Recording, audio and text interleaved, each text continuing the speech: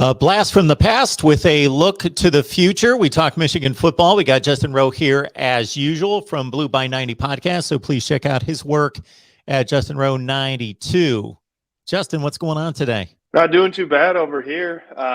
It was feeling like spring for a little bit and then turned right back into snow. You know, classic Michigan Midwest weather there where they tease you and then bring you back down to reality, right? It's exactly what I've had. So I was in Ohio for the weekend to celebrate my mom's birthday. It was definitely winter driving there in the first couple of days, and then suddenly spring for a few days. And then the drive back here to Connecticut, 60 degrees, same thing yesterday. Took a nice little walk yesterday, and we're back down into the low 20s right now. So classic. You get that tease, and they pull it back for a few weeks, hopefully just a few weeks. We shall see. All right, Justin, before we dive into the offense and get everyone set for spring ball, Denard Robinson, one of the great names in Michigan football history, of course, as a quarterback about a decade ago. I think his last year was 2012, has been named Assistant Director of Player Personnel. And because of the name attention, you let me know that actually the hiring of a player personnel director was made, and the headlines obviously gravitated toward Denard Robinson. So it's former Jacksonville Jaguars front office guy Tom Gamble who takes the lead role, and then Denard.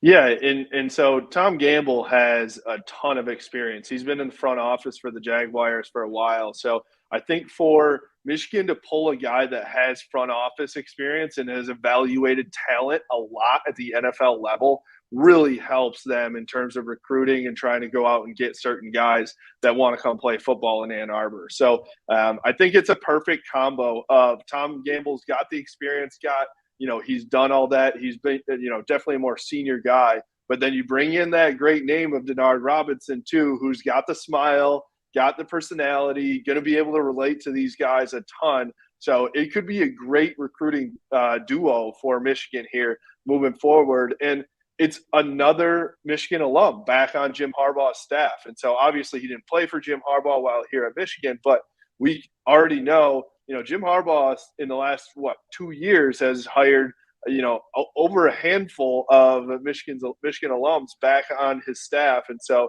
he's sticking with that. And I think he likes how it's helped the culture in Ann Arbor as well.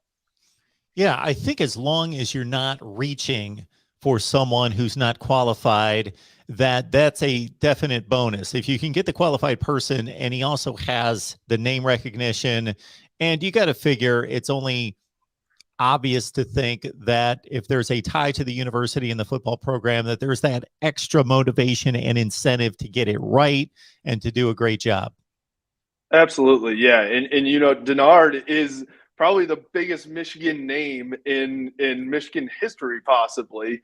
He's up there for sure. I was talking with a couple guys, like if Denard Robinson was in college football during the NIL, he would have been making more money than Quinn Ewers. He would have been honestly making millions of dollars as Michigan's quarterback just because of how popular he was. But, I think there's that popularity part, but he also is qualified for sure. He's been with the Jaguars as an analyst for the past few years. He's done a great job there. Obviously, Tom Gamble must think highly of him if he's going to bring him, onto his staff here as Michigan after working with them there. So I think it's a great combo of that. Denard is not only that personality and that name, but he does have really good qualifications as well in terms of moving into an executive role. Yeah, drafted by the Jags and played for 4 seasons in the NFL before he moved on, and obviously had a bent toward his future and a more permanent career, and really good for him that he's been able to make it at a high level there. All right, we got Justin Rowe on the line from Blue by 90 Podcasts. Please check out his work as they post the podcast every Monday and Friday, talking Michigan athletics. I've heard some rumblings around the basketball program concerning, I don't know. Just small things. Maybe small somebody things. threw an elbow down low, or I don't know what happened. It was a little bit of rough housing, I think. Nothing serious. Absolutely. All right, we got Justin on the. This is the one. Sorry, this is the one time I'm happy that you're only a football show here. You know, we talk about it all the time. Where even in the off season, you stick to football, and sometimes I'll try to talk basketball, I'll try to talk hockey or something like that. I'm okay with sticking to football as we are right now. We are a strict football show. Still, that story is big enough that I did have two different people say, "Can I say something about the Juwan Howard situation?" I was like, "Yeah, go ahead." It definitely made headlines, and probably not in a good way for Michigan. But yeah, we'll see. We'll see how that all pans out here towards the end of the season for them. So there's a tease, folks. If you want Justin's take on the Juwan Howard situation and the aftermath, what should have been done, what could have been done, and all those things that cause all sorts of debate, and rightfully so, because there's a number of ways to look at it. Certainly, check out his podcast, Blue by 90. All right, now to the nuts and bolts of spring football. Let's start at the quarterback position. Cade McNamara is the starter. He took this team to a Big Ten championship game win and a college football playoff appearance. Why would he not be the starter for 2022? Well, you got a 5-star who's been on campus, got his feet wet. I've stated this many times, thought it was a brilliant move by Jim Harbaugh to make him part of the offense, part of the team, to keep him engaged, involved, interested, and also be able to see, okay, what can he do? And then also prepare him, which it didn't happen if McNamara went down due to injury, that you've got a quarterback who's playing meaningful snaps against good teams, and it sets up for a 22 quarterback battle in which Michigan fans can take their side, McNamara versus McCarthy. And we are in February, but Michigan Twitter debates this just about every day. So it's not lost on Michigan fans that that this is a battle. But to your first point, I do agree with you. It was great for Jim Harbaugh to get JJ in there. Not only is he getting huge game experience in literally every game of the year, but he's involved in the years of the transfer portal. I think that's super important, and I think he's going to do that not just throughout this spring, but throughout the summer too. It's going to be a battle up until that first week in September. And I think at that point, he's going to make a decision of who's going to be the starter. So it will be interesting. You made the exact right point. Who's going to replace a guy that won you your first Big Ten title in 17 years? But you have that 5-star that has incredible talent. So it's going to be I think what it's going to come down to is J.J. McCarthy ready mentally, and is he ready to make decisions to lead a team? We've seen that Cade McNamara can lead the team. He's very smart. He doesn't make nearly any mistakes, and that's why Jim Harbaugh loves it. But you would be crazy not to admit that there are some limitations athletically with Cade McNamara.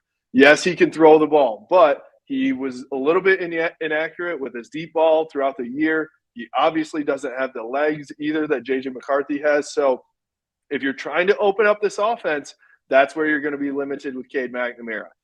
Now you go to JJ, yes, unbelievable talent. He's got a cannon for an arm. He can move. He can make things happen with his legs, all those things too. But I just worry about his maturity. I worry that, his decision-making is not quite there. If you're a Michigan fan out there and you want J.J. McCarthy to start this next season, I don't blame you. But you have to be ready that there are going to be mistakes made. He's going to chuck some, trying to make some magic happen. He's going to throw some balls into traffic.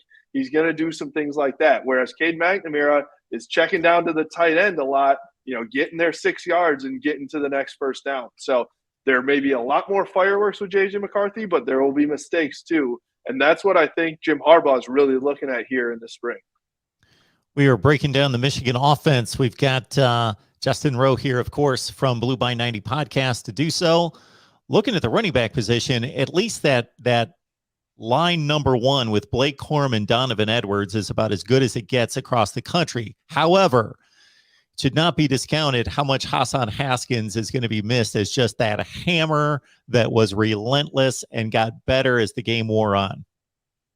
Yeah, and both things are true. where I think that we're going to miss Hassan Haskins, where he made something out of nothing a million times for Michigan. Never, rarely had a negative rush, and was just the go-to guy.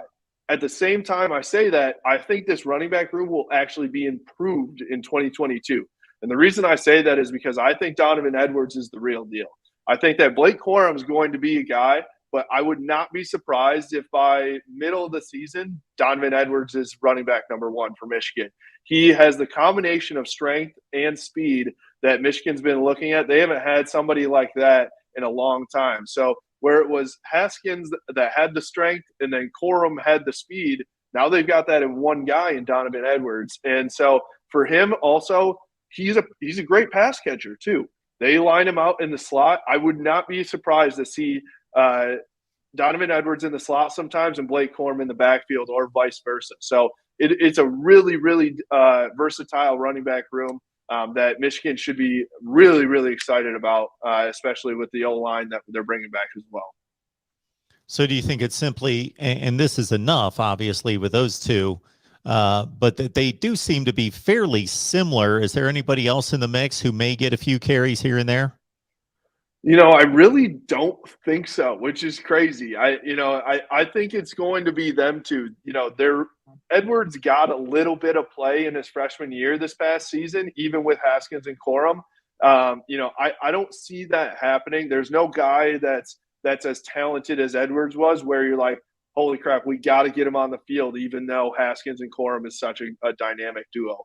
I really wouldn't see anybody. I would be shocked if there was anybody getting significant time other than Edwards and Corum. Breaking down the wide receivers here on the Voice of College Football Michigan with Justin Rowe, Blue by 90 podcast, as we break down each position with Justin, headed towards spring ball, which is underway in Ann Arbor. Dalen Baldwin caught 2 touchdowns, 17 receptions, not a huge loss there. And that's pretty much it at the wide receiver. Andrell Anthony would be the guy that most intrigued me. Obviously, he had the enormous play against Michigan State, had a huge game against Sparty, and only got his hands on the ball 12 times, but he was electric. Ronnie Bell, you had to remind me before we started to record. Oh, yeah, Ronnie Bell's back, and of course, he's the veteran of the bunch. Good-looking wide receiver core. Yeah, this is, this whole offense is somewhat reloading. Even though they're losing significant pieces, they're still reloading. And I think specifically this wide receiver core, as you said, Dalen Baldwin was a decent grad transfer that came in from Jackson State, but I don't think that's a huge loss. And so they're getting back Ronnie Bell, who was the top receiver in his sophomore year. Now they'll have him for a senior year after an ACL tear. So I expect him to be the top receiver again for Michigan. Now behind him as well, you've got A.J. Henning, who played significant snaps this past year and is the fastest guy on the team, according to his own teammates. So there's an interesting battle there. Then you go to one of the outside guys, Roman Wilson and Mike Sainer still are going to battle. Both of them have gotten significant time. Roman Wilson is just as fast as A.J. Henning too, so he's probably going to get a lot of catches as well. And then at the final position there, you've got probably the best position battle I think out there is Andrell Anthony versus Cornelius Johnson. Cornelius Johnson is the biggest receiver in the bunch. Andrell Anthony isn't far behind him in terms of size. They're not huge guys. There's no Nico Collins in this wide receiver room. But both those guys got significant time. So they were really truly too deep at each of these positions in the wide receiver room. So it'll be interesting to see if they try to stick with that or if some of these guys pull away. But yeah, Andrell Anthony had, flashes with JJ McCarthy at QB, and I could see him having a breakout season. So, if I had to go out and guess, I would actually guess that it's going to be Ronnie Bell, Roman Wilson, and Andrell Anthony as the top 3 receivers for Michigan. Folks, please subscribe right here at the Voice of College Football and let people know that we're here. Share these links out on social media, subscribe, and like the video. Doesn't seem like a big deal, but the YouTube analytics are all into the like. So please just take that one click of a split second and hit the like button. We got Justin Rowe on the line breaking down the Michigan offense for us. Let's not forget the tight end because he is a good one.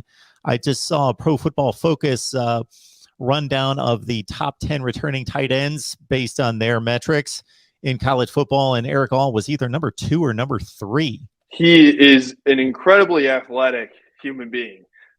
So for him, honestly, I want to see Eric All get more targets for Michigan in 2022. I thought he should have gotten more targets in 2021 as well. But if they can get Eric All the ball more, I really think it opens up this offense, and he can be a Jake Butt type guy for Michigan in 2022. So he's a guy that honestly probably could play basketball if he wanted to.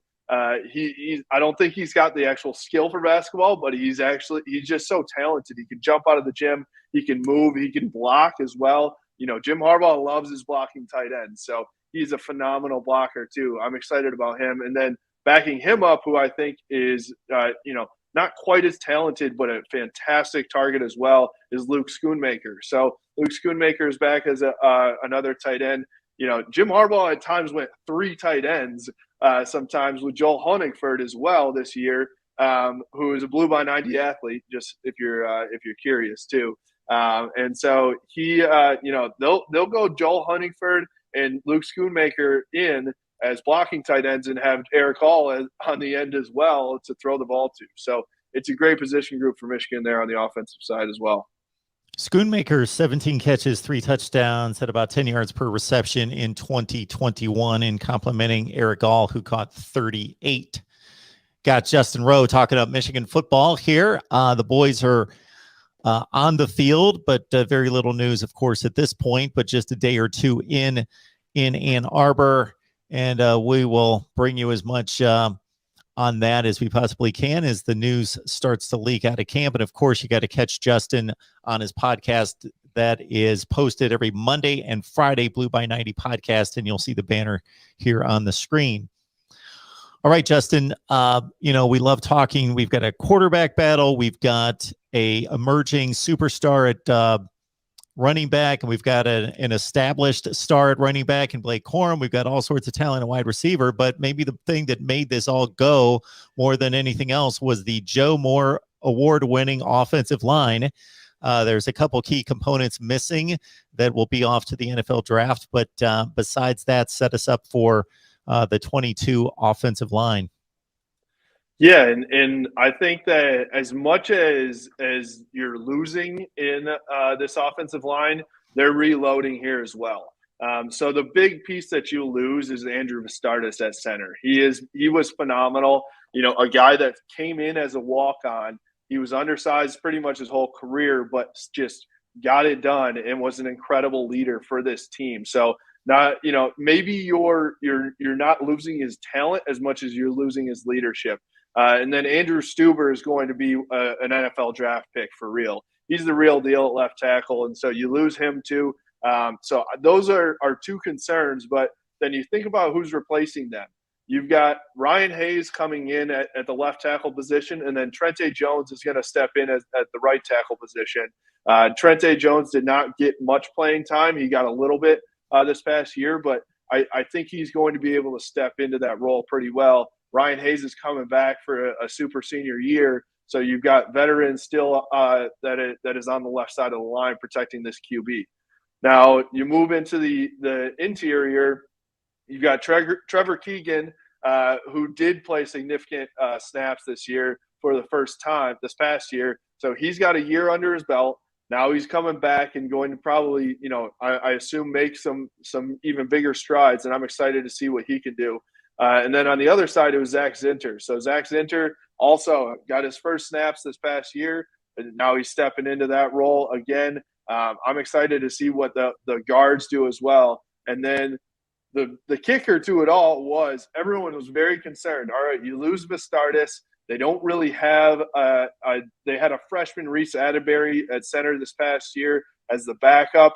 And so I don't think anybody thought that he was quite ready to step into that role. So what did Jim Harbaugh do? He went out and got a transfer center, and not only a transfer center, but the best center in the country, the Remington Award winner, Oluwatimi. I always struggle to say his name. I think it's Olu is what he goes by. But from Virginia, he was the top center in the country last year. So in terms of talent, replacing Vistardis not only with leadership but with incredible talent is very exciting for this offensive line. And when you look at the 2022 recruiting class, most of the top end talent in terms of recruiting rankings are on the defensive side of the ball. The top two offensive players are Tyler Morris and Darius Clemens at wide receiver. And the wide receiver room seems to be so set. There's going to be a recruiting class from the offensive side of the ball that seems to be good to just get on campus, get acclimated, be able to go through the reps, learn a lot, and not be pressed into action. And that's what you want out of a championship program, right? That's exactly how you build multiple championships in a row. Is you're not forced to throw somebody in there that's not quite physically or mentally ready. So that's where I think that's on the offensive side of the ball for Michigan. They're able to reload here, and I think now with Josh Gaddis gone and Sherrone Moore and Matt Weiss stepping in as co coordinators, it's going to be interesting. Do they take a step back at all in terms of play calling or anything like that? Or is it a step forward? But the nice thing is they've got a lot of guys to deal with there that have been in the system. Matt Weiss is going to come in. He's got Ravens experience. Sherrone Moore went from a tight ends coach to the O-line coach to now co-coordinator, still handling the O-line and the run game. And then Mike Hart's going to handle the run game as well. He's the run game coordinator too. So it's the losing Josh Gaddis, I don't think is the end of the world for this offense because they've got the talent there and they've got some young guys on the offensive staff that could be kind of that next crop of really exciting coordinators. Track Justin's work at Twitter, Justin Rowe 92, Blue by 90 podcast. Get there for all your Michigan football, basketball with, of course, March Madness and other madness involving the Michigan basketball program to talk about. So the podcast drops on Monday and Friday. Justin, appreciate you stopping by. We'll have to bring you on back to check out the defense. Absolutely. Yeah. Spring ball is continuing on, and hopefully we'll get a few nuggets from that as well.